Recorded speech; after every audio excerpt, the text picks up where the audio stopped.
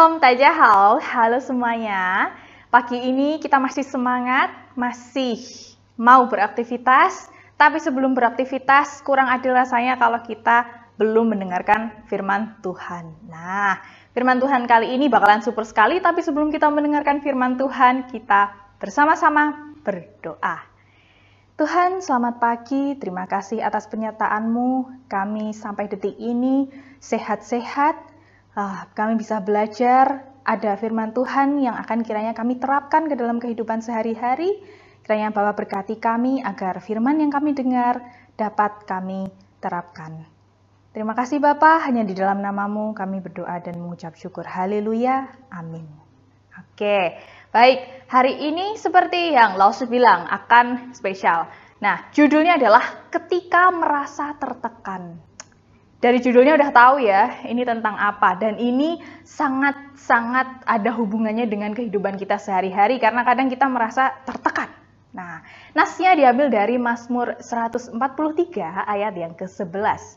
Hidupkanlah aku oleh karena nama-Mu, ya Tuhan. Keluarkanlah jiwaku dari dalam kesesakan demi kemuliaan-Mu. Oke.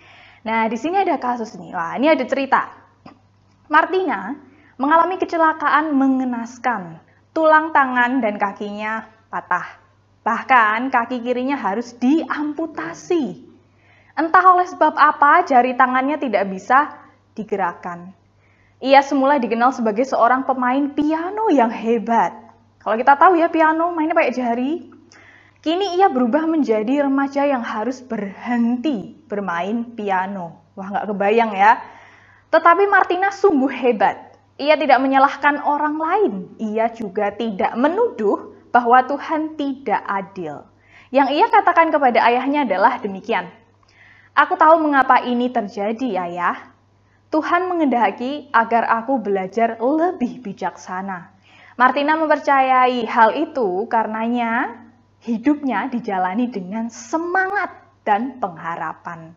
Setelah menjalani perawatan cukup lama, akhirnya ia bisa berjalan dan bermain piano seperti dulu lagi. Nah, kini bayangkanlah, kita mengalami kejadian seperti yang dialami Martina. Atau kita mengalami kegagalan dalam studi, contohnya, aduh aku nggak tuntas KKM, gimana ini? Atau kita merasa tidak berhasil dalam mengerjakan tugas. Lalu tugasnya susah, aku nggak bisa nulis Hanse, gimana ini? Bagaimana reaksi kita? Apakah kita cepat putus asa, udahlah aku nggak bisa, nggak usah.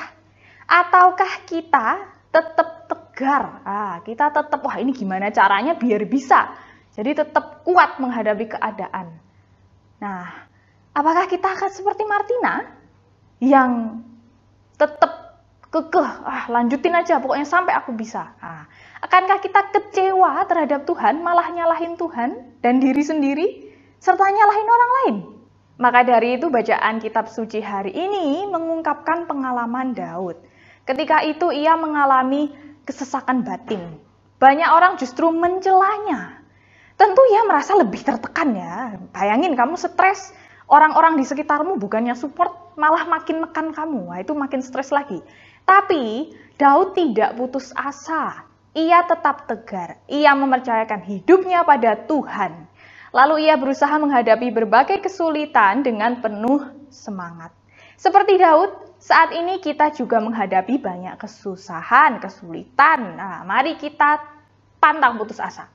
Sebab dalam pimpinan Tuhan pasti selalu ada harapan dan solusi.